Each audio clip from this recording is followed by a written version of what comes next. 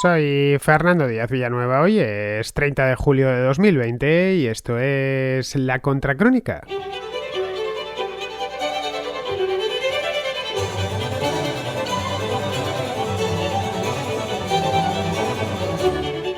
Los directores generales de las 4 compañías tecnológicas más grandes del mundo, es decir, Sundar Pichai de Google, Jeff Bezos de Amazon, Mark Zuckerberg de Facebook y Tim Cook de Apple, comparecieron ayer ante una comisión del Congreso de los Estados Unidos que investiga a estas empresas por prácticas que atentan contra la competencia. Comparecieron por videoconferencia, no en persona, es decir, no se tuvieron que desplazar hasta Washington para dar cuenta de sus actividades ante las cámaras legislativas.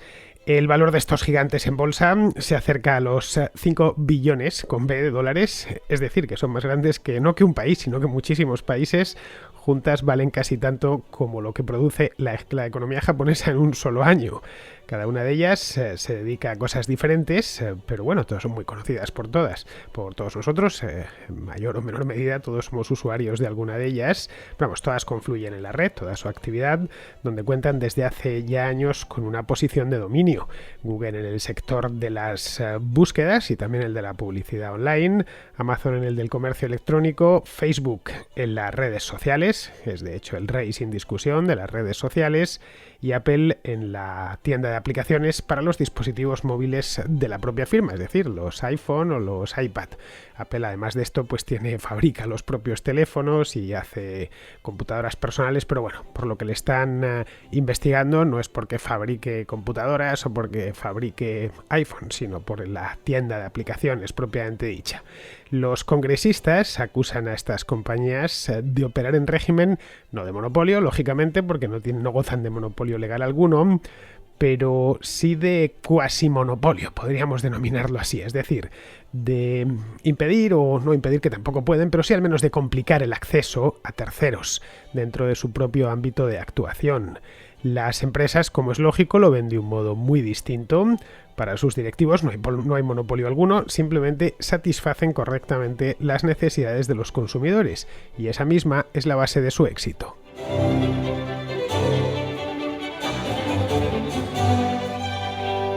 No hay una sola persona en el mundo, bueno, que exceptuando quizá a las monjas de clausura en los conventos y a las tribus no contactadas del Amazonas, que no haya oído hablar en alguna ocasión de estos 4 gigantes. Son, ya os los he dicho, Google, bueno, mejor dicho, deberíamos decir Alphabet, que es la compañía matriz de Google. Bueno, pues Alphabet, bueno, de Alphabet la verdad es que a poca gente ha oído hablar, muy pocos saben que es la compañía matriz que da cobijo a todas sus actividades, es más famosa por el nombre de su buscador. Bueno, Google, Amazon, Facebook y Apple son, a pesar de su juventud, son todas muy jóvenes, bueno, Apple es un poquitín más mayor, pero no mucho, son marcas tan reconocibles o incluso más en algunos casos que la Coca-Cola, que tiene más de un siglo de historia, y como la Coca-Cola pues podríamos decir otras marcas muy reconocidas, logotipos, solo con verlo ya de lejos sabemos a qué se refiere. Disney, por ejemplo, que Disney no sé si llega a un siglo de historia, creo que se fundó en los años 20 del siglo pasado, pero vamos, si no llega al siglo de historia debe de acercarse ya a toda velocidad. Bueno, la más veterana de estas 4 es Apple, y nació hace poco más de 40 años, en el año 1976, como una compañía minúscula de computadoras californiana. Bueno, la historia de Apple es muy conocida porque es una empresa muy valorada y además muy querida por sus usuarios. Además, su fundador, y que fue director general de la empresa hasta su muerte en 2011, Steve Jobs, hizo de la compañía algo más, casi en algunos aspectos, como algunos denuncian, casi una secta. Entonces, tiene el privilegio de ser la manzanita, una de los logotipos más reconocibles del mundo. Pero vamos, tiene ya 40 y tantos años, 44 años de historia, y ya digo, es la más antigua con diferencia. Luego estaría Amazon, que es más reciente, fue fundada en el año 1994 en Seattle, en el estado de Washington, y empezó siendo pues poco menos que una oficinita muy pequeña en la que su fundador y director general, Jeff Bezos, hoy uno de los hombres más ricos del mundo, pues montó una pequeña tienda por internet. Luego está Google, montada por 2 universitarios que en el año 1998 pues patentaron un algoritmo que buscaba la mar de bien en Internet. En aquel entonces, en 1998, yo ya navegaba por Internet y me acuerdo que buscar algo era realmente complicado, los buscadores de la época. Y luego, por último, Facebook, que es la más joven de todas, que fue fundada en el año 2004 en una residencia universitaria en Nueva Inglaterra, y bien, por parte de un crío, literalmente, porque cuando la fundó creo que tenía 19 o 20 años. Bueno, Facebook es tan joven, tan joven, que casi todos recordamos el mundo sin Facebook. Al igual que yo, por ejemplo, el mundo sin Apple no lo recuerdo, sin Amazon lo recuerdo, pero claro, me pilla muy lejano. En el caso de Google sí, también lo recuerdo, pero claro, es que Google e Internet casi llegaron a la vez. Pero en el caso de Facebook sí recuerdo su irrupción, no lo recuerdo en 2004, pero sí un par de años más tarde, cuando empezó a extenderse ya por el mundo a partir de 2006, 2007. Pues bien, hoy estas empresas tan jóvenes son 4 de las 5 compañías más valiosas del mundo. La más valiosa de todas es Apple, es la primera. Vamos, cuando digo valiosas estoy hablando de capitalización bursátil. Hoy pueden serlo dentro de 3 meses, ¿no? En función de lo que valga su acción. La manera de medir el valor de una empresa o el tamaño de una empresa es una de las muchas. Una de ellas es esta. Se puede medir también por facturación, etcétera, por empleados incluso. En este caso está en la primera de la categoría de capitalización, market cap, que se dice en inglés, en capitalización bursátil. Su capitalización es de 1,5 billón de euros, es decir, que de dólares, es decir, que la capitalización bursátil de Apple es más o menos el PIB de España, para que nos hagamos una idea. Luego estaría Amazon, la segunda no está dentro de este grupo, aunque también es tecnológica, que es Microsoft. La tercera es Amazon, con casi lo mismo, 1,4 billones de dólares de capitalización bursátil. Luego ya vendría Alphabet, que la matriz, que es la cuarta, con 980.000 millones de dólares. Y por último Facebook, la quinta, con 675.000 millones de dólares. Estoy hablando ahora mismo, esto evidentemente puede cambiar. Como os decía antes, entre las 4 pues valen casi 4 billones y medio de dólares. Vamos, casi lo mismo, como os comentaba, que el PIB de Japón, y el equivalente he ido a sumarlo ya por pura afición, vamos, el equivalente al PIB de Canadá, de España y de Rusia juntos. Bien, cuando se habla de ellas como gigantes, como podéis ver, no es un eufemismo, no es una forma de hablar. Son los gigantes de la tecnología, no es que son gigantes de verdad, es algo literal. Su tamaño, obviamente, no se lo deben a que tengan un logotipo bonito, ni a que le hayan recibido en ningún momento ayudas del Estado. Es decir, qué sé yo, el gobierno estadounidense les concediese algún tipo de monopolio para que explotasen un mercado, en régimen de monopolio, que nadie, por ejemplo, pudiese montarse una red social más que Facebook. En este caso, pues podríamos decir, claro, todo se lo debe, buena parte se lo debe a que le reservaron un mercado para ellos solos, o en el caso de los teléfonos móviles, pues que hubiese recibido el mismo monopolio a Apple. A partir de ahora solo se pueden comprar teléfonos móviles Apple porque el resto pues no nos gustan. Ya está. En este caso pues sería comprensible que hubiesen crecido así, pero no es el caso de ninguna de ellas. En todos los casos han crecido por sus propios medios, en una economía abierta. No hay otra posibilidad de conseguir una posición de dominio si no es sirviendo bien a los consumidores. Y claro, además estamos a consumidores de todo el mundo, porque no estamos hablando solo de los Estados Unidos. Estas empresas tienen presencia global. Bueno, yo estoy hablando de ellas desde España, que está bastante lejos de los Estados Unidos, y hablo de ellas con total y absoluta familiaridad. Bueno, pues la que me da tener un iPhone encima de la mesa, antiguo eso sí, pero iPhone a fin de cuentas, la que me da tener una cuenta en Facebook, utilizar Google pues todos los días, varias veces además, o ser cliente ocasional de Amazon cuando quiero comprar algo. Así que conozco bien las 4 firmas y en los 4 casos además he participado en mi modestísima condición de parte de su éxito. Y como yo, pues habría que sumar millones o miles de millones de personas a lo largo y ancho de todo el mundo. Es decir, no son campeones nacionales a quienes su gobierno ha echado la mano, así de una manera u otra. Eso de los campeones nacionales es un invento, diría que francés, aunque también podría ser alemán. Esto de tener una compañía que sea privada, pero privada entre comillas, que esté muy cercana al gobierno. De esto en Europa sabemos bastante, que esté cercana al gobierno y que pues se utilice poco menos que como una especie de emblema de cara al exterior de lo importante que somos o que es el Estado, porque tiene este tipo de empresas. En Estados Unidos es al contrario, y como vemos, es el propio Estado quien está ahora mismo fiscalizando a estas grandes empresas. Bien, es por ello que sorprende bastante, y eso os lo digo sinceramente, que sea precisamente empresas tan globales, que sea precisamente en Estados Unidos donde les acusen de prácticas monopolísticas, porque se han abierto paso no solo en los Estados Unidos, sino en los lugares más insospechados del mundo.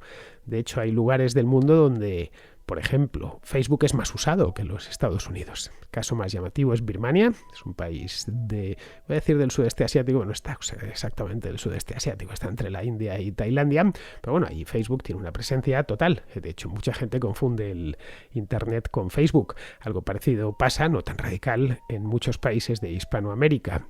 Es decir, monopolio en sentido estricto, ninguna de ellas lo tiene. No hay ninguna ley que en ninguna parte del mundo, además, que dé una ventaja de mercado a ninguna de estas 4 empresas. Esta es la verdad. Y el monopolio, cuando hablamos de monopolio tenemos que decirlo así. Monopolio era lo que tenía Telefónica en España hace 30 años. Monopolio es lo que tiene la Renfe en España con los ferrocarriles, el transporte de pasajeros. Nadie puede, tendrán que hacerlo, no sé si este año ya, pero a partir del año próximo tendrán que permitir que entren competidores. Es decir, de monopolios sabemos mucho en Europa porque en tiempos era lo más habitual que hubiese una serie de monopolios que reservaban un mercado exclusivamente para una empresa y nadie más podía entrar. Y el que entrase, pues ya sabía lo que le esperaba. Una pareja de guardias civiles, las esposas y para adentro. Bien, ninguna de estas empresas ha tenido eso, que no hay ninguna ley, ni en Estados Unidos ni en ninguna otra parte del mundo, que reserve el mercado de las búsquedas a Google o el del comercio electrónico a Amazon exclusivamente para estas empresas. Entonces aquí habría que preguntarse de qué les acusan. Están acusándoles de prácticas monopolísticas, pero es cierto que se pueden tener prácticas monopolísticas, pero solo cuando eres un monopolio de facto. Bien, pues a pesar de eso, a pesar de que no tienen un monopolio de jure, en todo caso podrían llegar a tenerlo de facto, eso es una cosa distinta. A cada una de ellas le acusan de una razón distinta para ir contra ellas. Amazon sobre el trato que dispensa a los que se valen de su marketplace. De esto hemos hablado en alguna ocasión aquí en la Contracrónica, cuando han pasado por aquí temas tecnológicos, que es este espacio dentro de Amazon donde cualquiera puede vender sus productos, es decir, un tipo que es ebanista y que fabrica unas sillas o unas mesas estupendas pueden vender sus mesas y sus sillas a través de la plataforma Amazon. El marketplace no es la única empresa que lo tiene, hay otras, por ejemplo, la Fnac, por ejemplo, en España pues vende también, utiliza su página web para que otros operadores, otras tiendas, pues coloquen ahí sus productos. Y evidentemente, pues la Fnac, o en el caso de Amazon se llevan una comisión. Eso es lo que le están acusando, es decir, sobre si se beneficia en demasiado de las comisiones que cobra. En el caso de Google, lo que se plantean es si se beneficia de sus diferentes plataformas. Beneficia a unos, mejor dicho, en detrimento de otros. Las plataformas de Google son varias, no solo es el buscador, tiene una aplicación de correo electrónico, una de mapas, todas por supuesto muy populares. Porque además, que no son muy populares, Google las quita de en medio.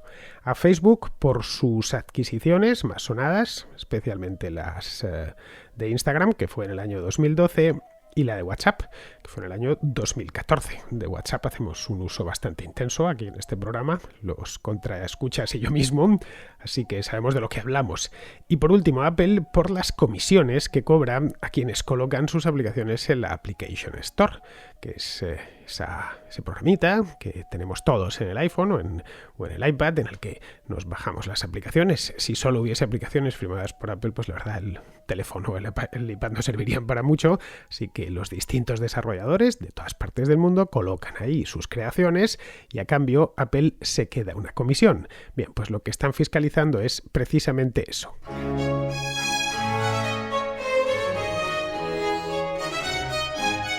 Los que tenemos edad suficiente, es decir, los que pasamos ya de los 35 años, 40 diría, esto nos suena un poquito familiar. Hace cosa de 20-25 años, la que se encontraba contra las cuerdas por razones muy similares era, es decir, por supuestas prácticas monopolísticas, en una palabra, era Microsoft, que ahora se ha salvado de esta, a pesar de que está dentro de las cinco grandes tecnológicas, pero ahora parece ser que a Bill Gates no le han molestado con esta historia, entre otras cosas porque Bill Gates ya no está en el día a día de Microsoft, es decir, tendrían que molestar a su actual director general. En el año 1994, esto hace ya pues bastante, 26 años, investigaron a Microsoft por las licencias de su sistema operativo Windows. Yo recuerdo perfectamente, estaba yo en la universidad y fue un jaleo de mucho cuidado, porque decían, es que están poco menos que obligando a los que construyen ordenadores, los ordenadores OEM, OEM, que instalen la licencia y le van poniendo el pago por procesador, ¿no?, que se llamaban, que paguen unas cantidades desproporcionadas. Esto era un poco el origen de todo aquel follón. La cuestión es que esto quedó ahí, el Windows siguió siendo muy utilizado y sigue siendo muy utilizado. Y luego ya años más tarde, no muchos, pero unos cuantos años más tarde, llegó la guerra de los navegadores, que esta la recordaremos más, que esto alcanzó su cenit empezó a finales del siglo XX y alcanzó su cenit a principios del siglo XXI, cuando al Internet Explorer de Microsoft, que era el navegador que venía incorporado dentro de Windows, pues se hizo con el 90% de la cuota de mercado. Recordémoslo, allá por el año 2000, 2001. Bien, nadie se acuerda ya, evidentemente, de todo esto. Muchos ni se acordarán, los más jóvenes no sabrán ni lo que es el Internet Explorer, porque es un navegador minoritario. Hoy el navegador más famoso es precisamente de Alphabet, se llama Chrome, pero vamos, no ha llegado en ningún momento a tener una cuota de mercado tan grande. Y bueno, aunque Windows sigue siendo el rey de los sistemas operativos, al menos en los ordenadores de sobremesa, el valor se ha desplazado hacia los dispositivos móviles, donde Google o Apple tomaron ventaja hace ya bastante tiempo, hace ya más de 10 años, cuando empezó esto de los smartphones. Hoy, de hecho, los sistemas operativos más utilizados del mundo son el Android, que es el que mueve la mayor parte de smartphones, y luego el iOS, que es donde habita esta tienda de aplicaciones, que es el motivo de la discordia ahora mismo. Bien, en un mercado abierto y tan dinámico como el tecnológico, es un mercado nuevecito, que se estrenó pues allá por los años 80, el éxito nunca es definitivo. De hecho, en ningún mercado el éxito nunca es definitivo, a no ser que el gobierno te apoye decididamente. Si no, el éxito nunca es definitivo. Y esto, es algo que los legisladores, tanto los de Estados Unidos como los de otras partes del mundo, los de Europa, que también tienen puestos en la mirilla estos, a Microsoft en su momento también la investigaron, pues es algo que los legisladores no han terminado de entender. Es decir, mantenerse arriba en este mercado implica mantener un pulso competitivo muy acusado. Y lo vemos en muchísimos aspectos. Lo vemos que, por ejemplo, en el caso de Google, que sus servicios no han hecho más que crecer y mejorar en los últimos 20 años. ¿Por qué lo han hecho? ¿Porque tenían competencia? Seguramente, claro, porque temían que otros viniesen y les comiesen la tostada, como decimos en España. No se la han terminado comiendo, pero nada hace pensar que no se la vayan a comer dentro de 10 años o dentro de 20.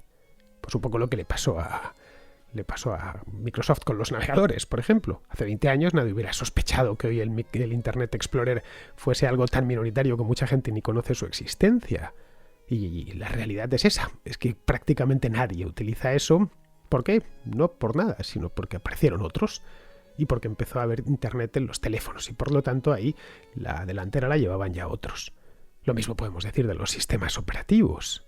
Es decir, al final se va mejorando, pero es imposible protegerse del día de mañana, y es imposible protegerse sobre todo de los pequeños que van apareciendo por los lados, y para mantenerse ahí pues hay que ser, ya digo, extremadamente competitivo y muy innovador.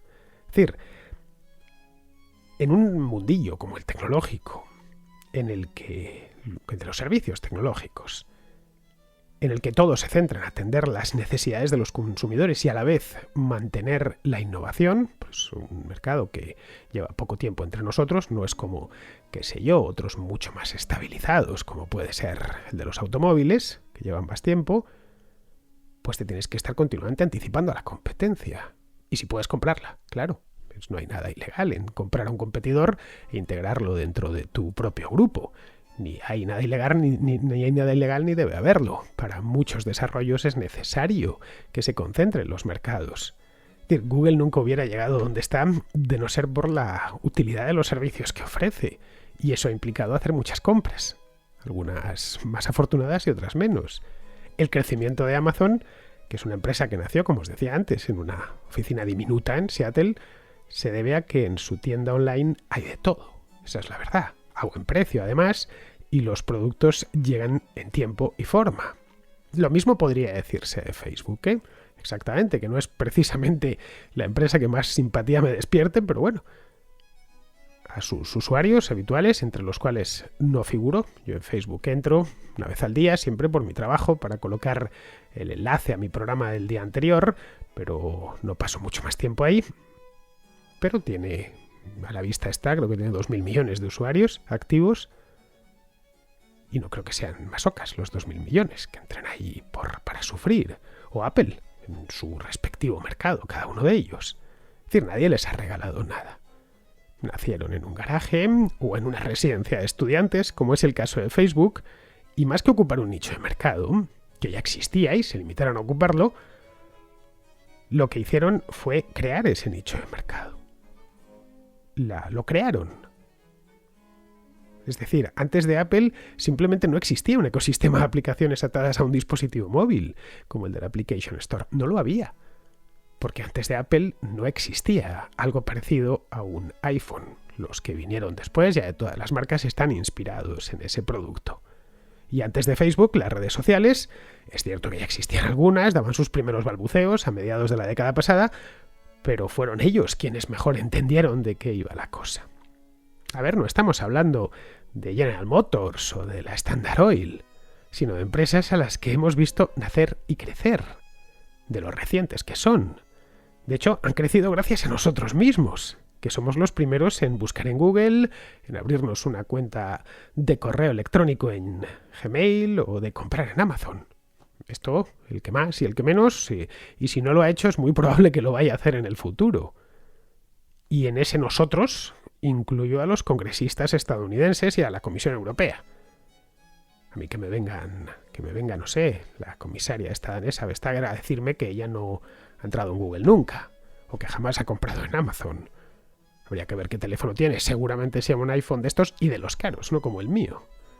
Se pueden meterles mano por otras cosas, eso es indiscutible. Son empresas y están hechas para ganar dinero, por supuesto, solo faltaba. No sé, por sus esquemas fiscales para pagar menos impuestos, por ejemplo.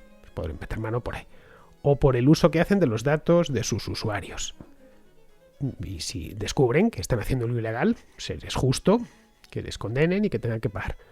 Pero caray, no les pueden perseguir por tener éxito. Eso simplemente no tiene sentido, es del todo absurdo. Algunos en Estados Unidos, siguiendo ayer la comparecencia y todo lo que la rodeó, han comparado toda esta historia, todo este macrojuicio, entre comillas, porque no es un juicio, con lo que tuvo lugar hace 25 años en el mismo sitio. Bueno, aquella vez fue presencial, esto ha sido por videoconferencia, por la cosa de la pandemia, la que tuvo lugar con los directivos de las empresas tabaqueras. Esto fue en 1994. Pero esa comparación es absurda, no hay por dónde agarrarla. El tabaco es un producto nocivo para la salud. Del tabaco se derivan muchas cosas y prácticamente todas malas. Abrirse una cuenta en Instagram o descargarse una aplicación para el teléfono de la Application Store no lo es en absoluto. Yo soy usuario de Instagram y la verdad es que no subo una fotografía, sino prácticamente todos los días, y nunca me ha pasado nada malo, al contrario, me produce gran placer subirla. No veo, y el servicio funciona bien. En cambio, si me fumase 2 paquetes de tabaco al día, pues lo estaría notando. Afortunadamente no me los fumo, pero que no es exactamente lo mismo, no es el mismo producto. Así que Jeff Bezos, o Tim Cook, o Pichai, o Zuckerberg, lo único que les quedó ante esto pues fue apelar al patriotismo, una cosa un poco ridícula, la verdad, y esperar que con estas arengas en pro de los Estados Unidos y el americanismo pues recibiesen clemencia por parte de los congresistas. También aseguraron por activa y por pasiva, por supuesto, que son empresas estadounidenses antes de nada y por encima de todo. En fin, algo que ya sabíamos. Y que también sabían los congresistas, por cierto. Pero bueno, este tipo de espectáculos son populares y hacen las delicias de mucha gente. Si realmente cualquiera de estas 4 empresas estuviese cometiendo un delito, la justicia ordinaria se basta y se sobra para investigarlo. juzgarlo y, si procede, condenar a los responsables. Pero es que el objeto de este juicio, entre comillas, eminentemente político, básicamente es dilucidar por qué Google, Facebook, Apple o Amazon han crecido tanto y son tan populares. Y esto lo que nos indica es que se trata de eso mismo, de un simple espectáculo para que parezca que el Congreso se preocupa por los consumidores. Y ya al respecto, porque se me está yendo el programa, termino ya con una anécdota muy ilustrativa. Hace un par de años, cuando Mark Zuckerberg tuvo que comparecer ante el Congreso por una cosa muy similar. Bueno, fue por el asunto aquel, estaba más o menos justificado, fue por el asunto aquel del Cambridge Analytica. Bueno, pues en aquella ocasión un senador republicano le preguntó de qué vivía Facebook, si los servicios de la empresa son gratuitos. Zuckerberg, no, como es un tipo robótico, ni se inmutó, miró al senador y le dijo: señoría, publicamos anuncios. Bien, yo creo que esta anécdota ayuda a explicar casi toda esta historia.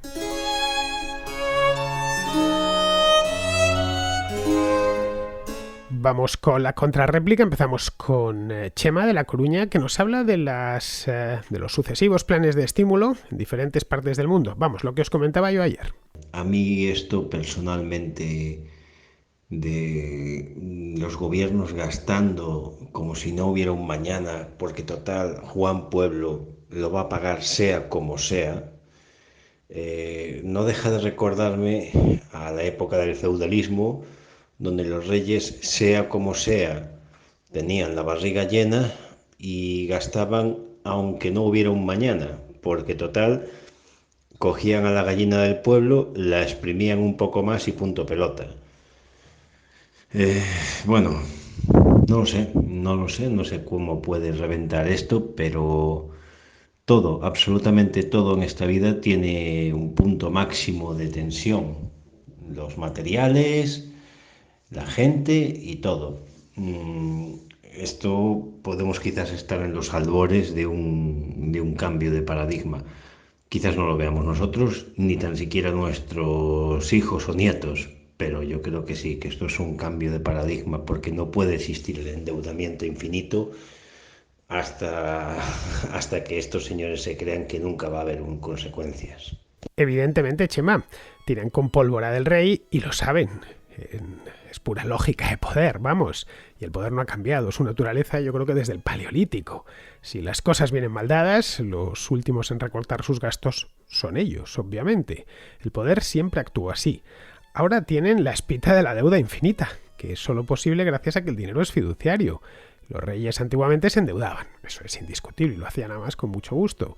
Y bien, en un momento dado, a partir de un nivel de deuda tenían que declarar la bancarrota. Hoy ya no es necesario. La moneda pueden envilecerla todo cuanto les venga en gana y sobre esa moneda previamente envilecida endeudarse. En eso consiste la monetización de deuda. La banca central crea dinero para adquirir bonos. No sé, algo así como si Felipe II en el siglo XVI hubiese podido fabricar plata para comprar juros, que es como se llamaban los bonos en aquella época. Estos tipos creen haber dado con el secreto que los alquimistas persiguieron durante siglos. Claro, que esto no es ni oro ni plata, es simple papel que se deprecia, bueno, primero se deprecia y luego lo despreciamos, el resto, que se deprecia conforme imprimen más y más. Bien, vamos a seguir con Nicolás, que vuelve con el tema este de los ocupas y el derecho a la vivienda. Antes que nada, un saludo para ti, para todo el resto para todos los contraescuchas.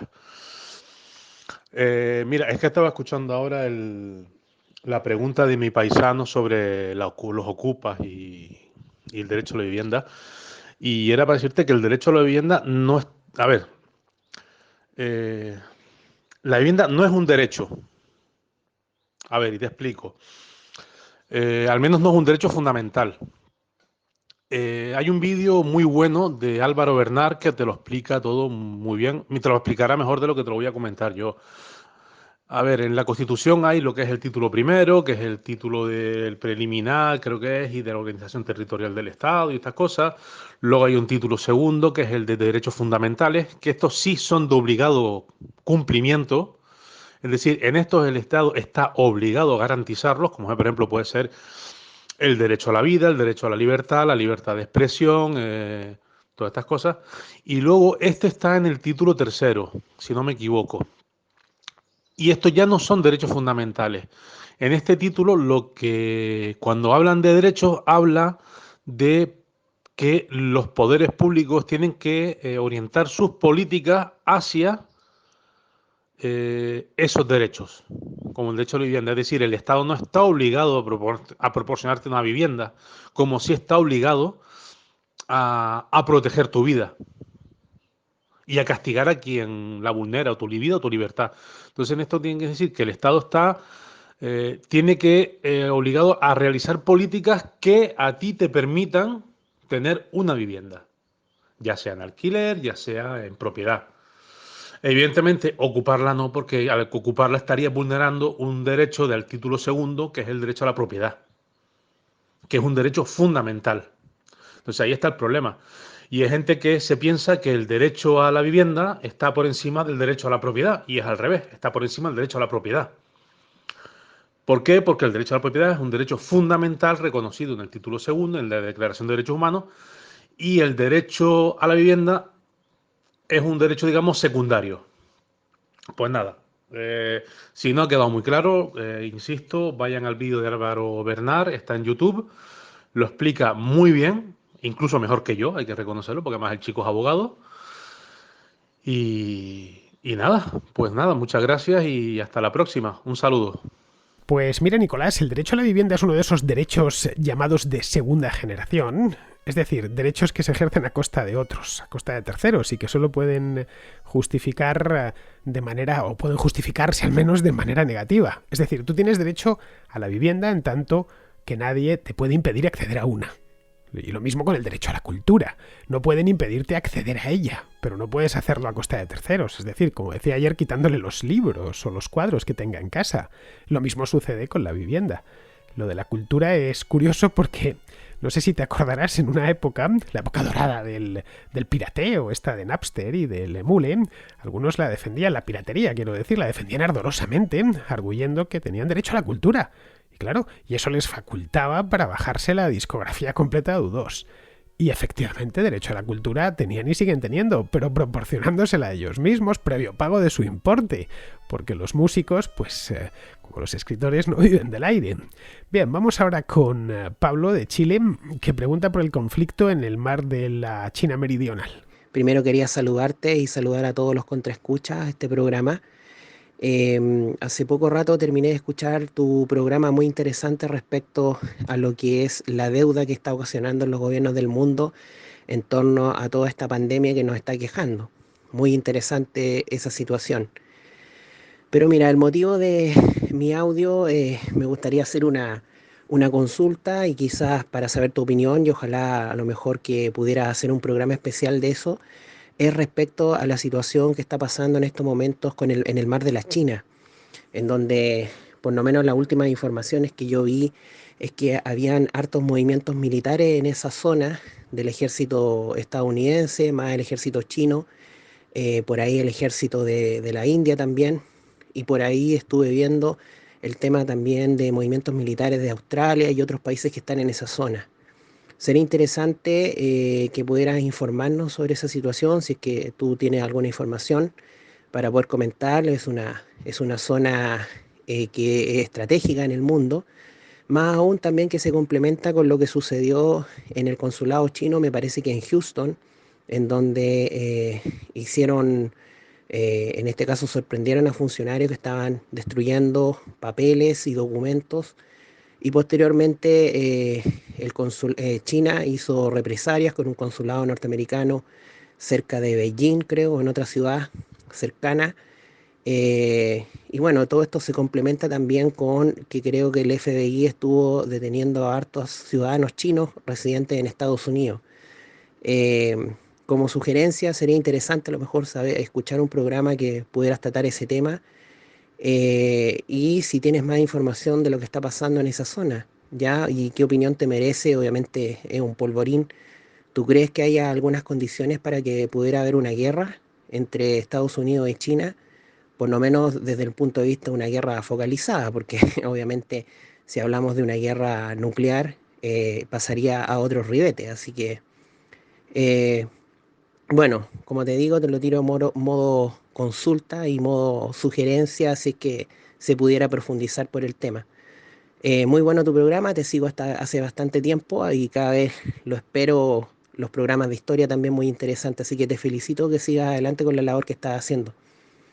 Muchos saludos a todos. Adiós. Bueno, Pablo, él ha pasado alguna vez por aquí ya el tema este del mar de la China Meridional y no he hecho ningún programa porque nunca se ha sustanciado en nada serio. A ver, es un lugar donde siempre ha habido mucho conflicto, especialmente en los últimos años.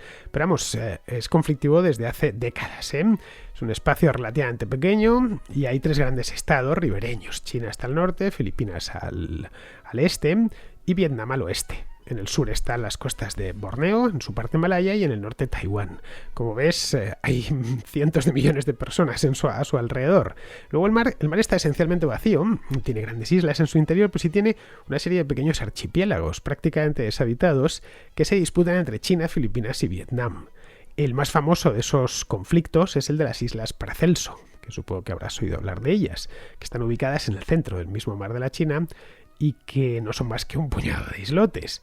Bien, pues el mar en cuestión tiene una gran importancia estratégica porque todo el comercio de Extremo Oriente hacia el oeste, es decir, hacia la India o hacia Europa o hacia África, pasa por él. Es un mar que está lleno de cargueros y de barcos portacontenedores que vienen de Corea del Sur, de la propia China, de Japón. Y lo que ha hecho Estados Unidos ahora es ponerse claramente del lado de Filipinas y de Taiwán. Y de ahí todo el movimiento que se registra desde hace un tiempo. Yo la verdad, y ya que preguntas, personalmente creo que no va a haber guerra. No va a estallar guerra alguna allí, entre otras cosas porque China la perdería. Sería una guerra naval, lógicamente, y ahí China, pues la verdad, no es gran cosa. Bien, seguimos con Ernesto de Murcia, que necesita unas palabras de ánimo. No sé, te escribo, te mando esta nota, pues yo sé que tú eres una persona muy positiva, muy optimista, pero viendo el panorama económico, sanitario que tenemos encima y el que se viene más adelante, no sé, estoy viéndolo todo un poco negro y pues a ver si me podías si podías decir algo, yo que sé, que transmitas un poco de optimismo, si es que podemos encontrar algo de optimismo en toda esta situación, porque como te digo, lo veo todo un poquito negro. Y en otro orden de cosas, he estado oyendo a una oyente hoy en tu podcast del día 28 de julio, Elena, que hablaba sobre unos tweets de Jano García respecto a la vacuna. Y bueno, estoy totalmente de acuerdo con ella y no tengo que añadir ni un punto ni una coma. Es simplemente pues que me ha parecido una persona muy cabal y muy inteligente, que se expresa muy bien. Y si sería posible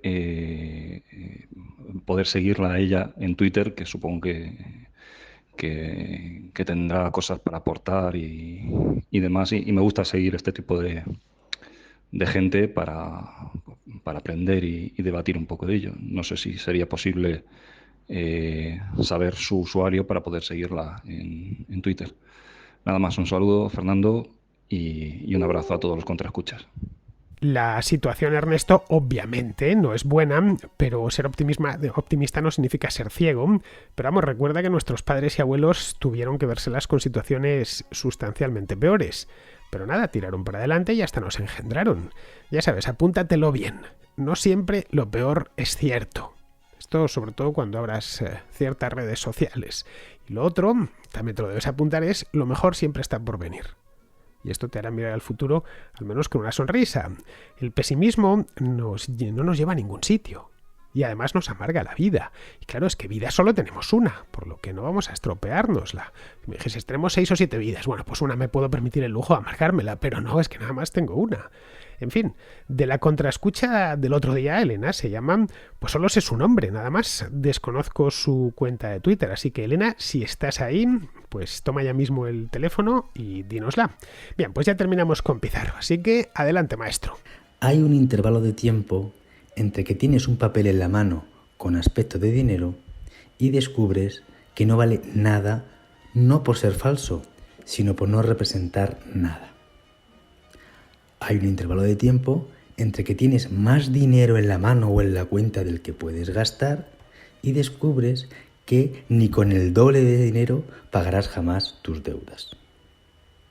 Gracias a estos intervalos, pobres y arruinados pueden vivir como ricos casi indefinidamente si van transando el dinero y adquiriendo deuda entre ellos, sin riesgo alguno de que se reclamen lo pedido o el valor real de lo que manejan. La pega de todo esto es que es filfa y que hay pobres sin acceso al juego y que este juego es una continua devaluación de la riqueza real. Un cordial saludo de Pizarro. Y con esto, queridos amigos, damos por concluida la contra de hoy y de esta semana, porque mañana, que es viernes, tendremos contrahistoria. Hasta mañana, amigos.